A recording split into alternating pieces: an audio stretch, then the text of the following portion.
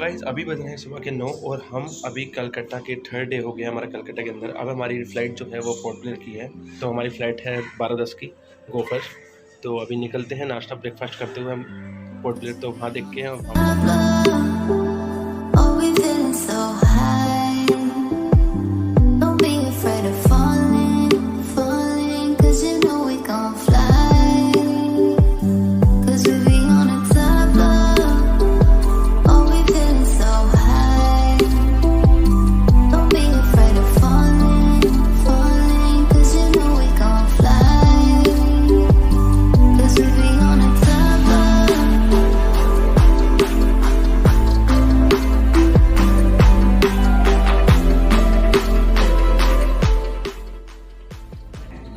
कृपया अपनी खिड़की के पर्दे को खुले रखें। उड़ान लेते समय कैबिन की बत्तियां मध्यम की जाएं।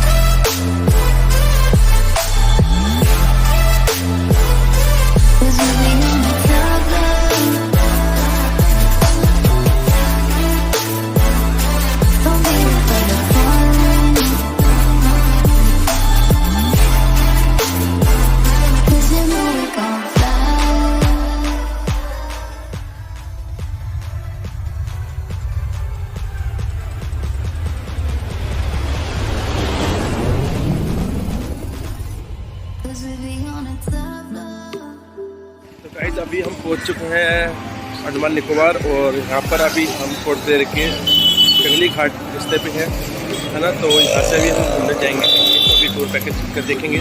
इससे पहले हमें शिप में हैवलॉक जाना पड़ता है, तो उसके लिए टिकट 1 डे बिफोर करानी पड़ती है बुक। तो फिर वही टिकट कराने के लिए पहले हम जा रहे हैं, वो टिकट कराएंगे, उसके बाद फिर डिसाइड करेंगे कहाँ जाना है। तो अभी दिखाता हूँ मैं आपको टिकट कहाँ पर होती है और कहाँ शिप मिलती है हैवलॉक जाने के लिए। चलो मैं दिखा देता हूँ। अभी तो हम लेते हैं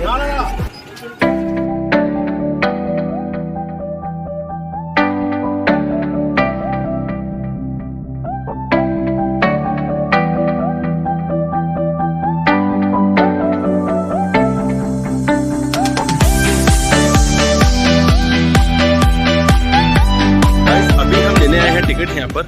और टिकट का टाइमिंग जो काउंटर खुलता है वो 9 बजे खुलता है, 9 से लेकर 1 बजे तक। तो आप भी कभी आते हैं तो कोशिश करना कि जल्दी ही आएँ, क्योंकि यहाँ पे लाइन लंबी लग जाती है। और इसके अलावा वैसे प्राइवेट भी चलती हैं यहाँ पर। प्राइवेट के और उसमें गवर्नमेंट के रेट में बहुत फ़र्क है। गवर्नमेंट में आपको स्लीपर और कैबिन और रेट कैटेगरी के हिसाब से आपको चीज़ें मिल जाती हैं, जैसे कि 600 रुपये से लेके टूरिस्ट के लिए 600 रुपये से लेकर 900 1000 रुपये तक की टिकट मिलती है यहाँ पे मैक्सिमम। पर अगर वहीं आप प्राइवेट में जाते हैं तो सीट के हिसाब से आपको 1500 से लेकर 2000 रुपीज़ देने पड़ते हैं। तो अभी हम गवर्नमेंट की ही टिकट देखने आए हैं कि गवर्नमेंट का रेट क्या है, फिर हम डिसाइड करेंगे कि प्राइवेट में जाना है या गवर्नमेंट में जाना है। तो देखते हैं टिकट काउंटर पर। और अभी हम यहाँ पे डॉकयार्ड में ही खड़े हैं, तो यहाँ पर इन्जॉय कर रहे हैं। 9 बजे काउंटर खुलेगा और अभी बज रहे हैं 7:30। घूमते फिरते हैं, एंजॉय करते हैं, चीज़ों को एक्सप्लोर करते हैं और आपको भी बताता हूँ कहाँ पर क्या क्या है। तो आप भी कभी आए तो आपको दिक्कत नहीं होगी। तो चलो।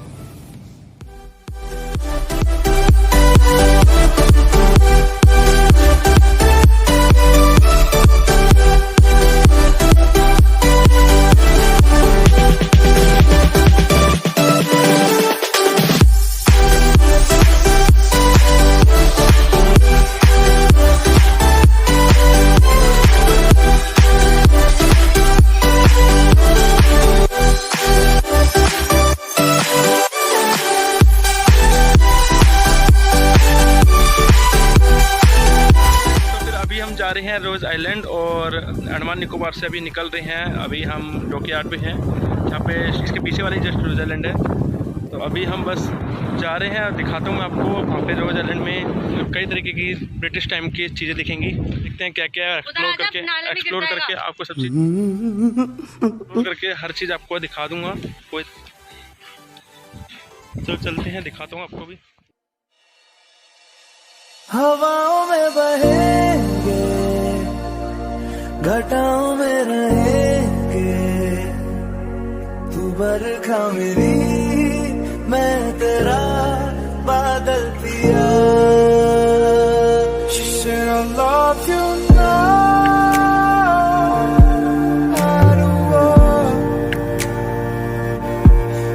just want you to be happy and always be who you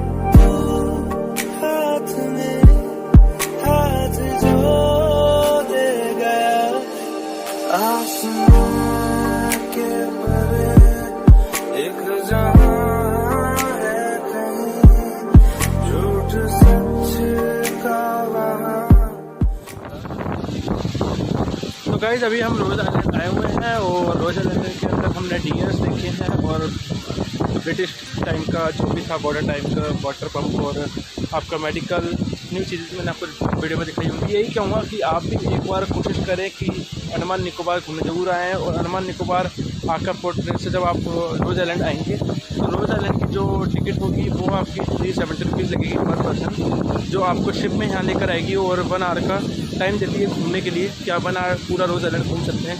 rose island का नाम अभी 2018 में मोदी जी ने चेंज करके नेताजी सुभाष चंद्र बोस कर दिया है।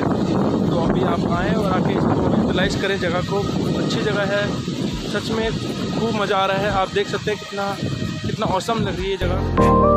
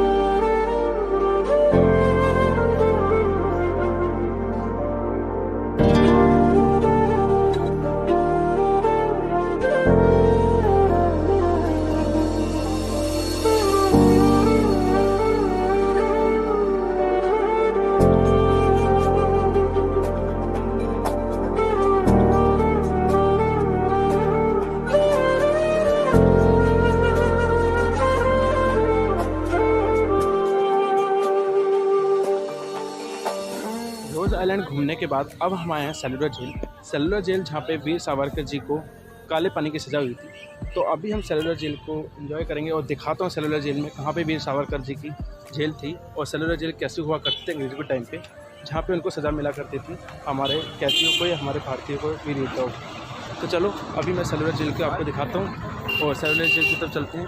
सेलुलर जेल जस्ट सामने ही है जहाँ से आप शिप पकड़ेंगे रोज़ आइलैंड के लिए, मतलब डॉकयार्ड से जस्ट सामने ही फ्रंट में स्टेयर्स चढ़ के सामने आप अपर साइड पे आपको सेलुलर जेल मिल जाएगी। तो मैं दिखाता हूँ सेलुलर जेल कहाँ पर है। चलो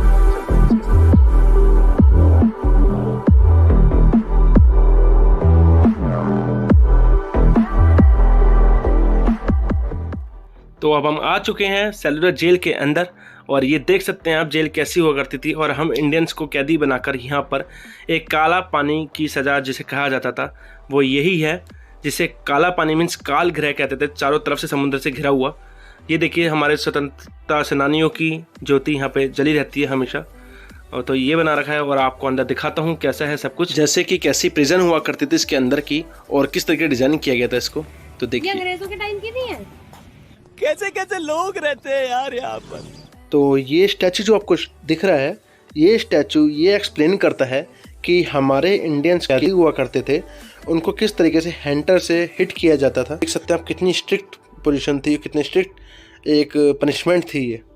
इसके बाद हम गए वर्क शेड में, जहाँ हमें देखने को मिला कि हम इंडियन से क्या क्या काम कराया जाता था और किस किस तरीके से क्या क्या करवाते थे, क्या क्या पहनने को दिया करते थे कपड़े।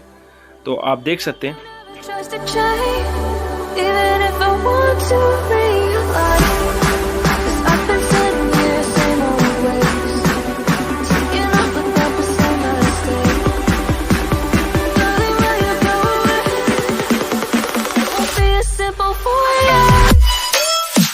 यहाँ पे फांसी लगाने के लिए लेकर आया करते थे तो मैं दिखाता हूँ फांसी कहाँ लगती थी। इसका मैं बता देती हूँ, बस दिखा दे। इसमें एक साथ तीन कैदियों को फांसी लगाई जाती थी। अच्छा,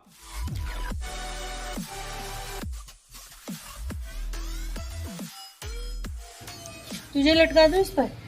गजब बेइज्जती है। देखो ये खींचते लीवर, नीचे से ग्राउंड पूरा क्लियर हो जाता था और हैंग हो जाते थे अच्छे खासे, तो बंदा ख़त्म। फांसी के बाद अब चलते हैं आगे। तो आगे हम चलते हैं जेल देखने के लिए, और जहाँ पे हमने देखा कि फांसी होने से पहले इन जेल में इंडियंस को रखा जाता था। तो जेल का नक्शा आपको पूरा मैं दिखाता हूँ अंदर का कैसे हुआ करता था, किस तरीके से इन्होंने स्ट्रक्चर बनाया था ताकि अंदर से बिल्कुल भी कोई बाहर ना निकल सके। तो अभी चलते हैं अंदर, और देखिए आप कुंडी किस तरफ से है ये आप देख सकते हैं। इन्होंने कुंडी यहाँ से लगाई थी वॉल के अंदर, जस्ट ताकि कोई हाथ डाल के भी ना खोल सके। तो देखिए, और अंदर जाते हैं। अंदर जाके आपको दिखेगा पूरा जेल, और यहाँ से खाना सर्व हुआ करता था। तो ये प्लेट खोल के यहाँ से खाना सर्व करते थे, और साथ ही ऊपर एक रोशनदानी होती थी जो आपको दिख रही होगी पूरी। और उसके बाद इतना ही जेल में हुआ करता था, इसी के अंदर सब कुछ करना होता था इंडियंस को। नहीं अंदर तो कुछ भी, देखिए। चल वेरी गुड। गेट भी भारी है ना? बस बस अब जा। अरे नहीं है ना, चल जा, मैं खड़ा हूँ ना यहाँ पर। अब चल मैं तेरे को दिखाता हूँ कैसे बंद होता है। अब ये ऐसे करके बंद करना है और ऐसे कुंडी लगानी है। बस अब तू अंदर रह, बहुत तूने परेशान कर रखा है सबको। अच्छी लग रही है। मजा आया, और मैं ये जो मजा है हिंदुस्तान के हर व्यक्ति को देना चाहता हूं। तो ये है सेलुलर जेल का पूरा मॉडल, जिसमें 7 विंग्स हुआ करती थी। पर हमें पता चला कि सेकेंड वर्ल्ड वॉर के अंदर इसकी 2 विंग्स डिस्ट्रॉय हो चुकी थी, जिसके कारण अब 5 विंग्स ही रह गई हैं। और ये सेंटर पॉइंट है जिस पे ये अपने हर विंग्स के अंदर नज़र रखा करते थे ब्रिटिशर्स। तो आगे देखते हैं और क्या क्या है।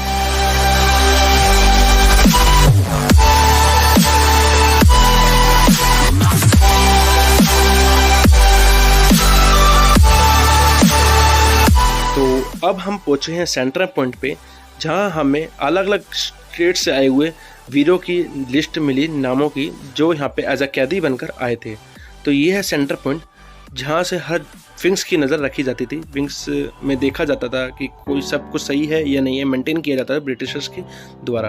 तो आप पीछे देख रहे हैं जस्ट, वो है जीबी पंत हॉस्पिटल, जो आपको जस्ट सेलुलर जेल के पीछे मिलेगा। तो आगे देखते हैं, चलो।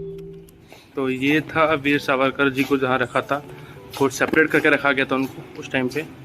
देख सकते हैं आप, उनकी लास्ट की जेल और सबसे ऊपर रखा जाके वीर सावरकर सेल है ना। अब इनकी जेल में देखिए पूरा आज भी फ़ोटो रख रखी है उनकी, कैसे रखा करते थे उनको, कैसे रखा हुआ था। इस थाली में उनको खाना मिला करता था उस टाइम पे। और ये रे वो हमारे स्वतंत्रता सेनानी विनायक दामोदर सावरकर का बर्थ और डेथ 1966 में was imprisoned here in this cell from 1911 to 1921। ठीक है, ये रहा करते थे उनकी जेल। इसमें रखते थे, खाने का देने का बंदोबस्त भी बनकर रखा था, सब कुछ उनका बंद था। तो ये आप अपर साइड से देख सकते हैं कि 3 स्टोरी प्रिजन हुआ करती थी, और जो सामने आपको चेयर्स दिख रही हैं, वहाँ से रात को लाइट शो होता है यहाँ पे, जो आपको पूरा स्टोरी बताते हैं कि कैसे प्रिजन्स में क्या क्या हुआ करता था और किस तरीके से यहाँ पनिशमेंट दी जाती थी। सब कुछ लाइट शो हम नहीं देख पाए क्योंकि हमें आगे निकलना था हैवलॉक के लिए, तो इसलिए हमने इसको स्किप करके आगे निकल गए। तो आप कभी आएँ तो लाइट शो का ज़रूर इन्जॉय लें।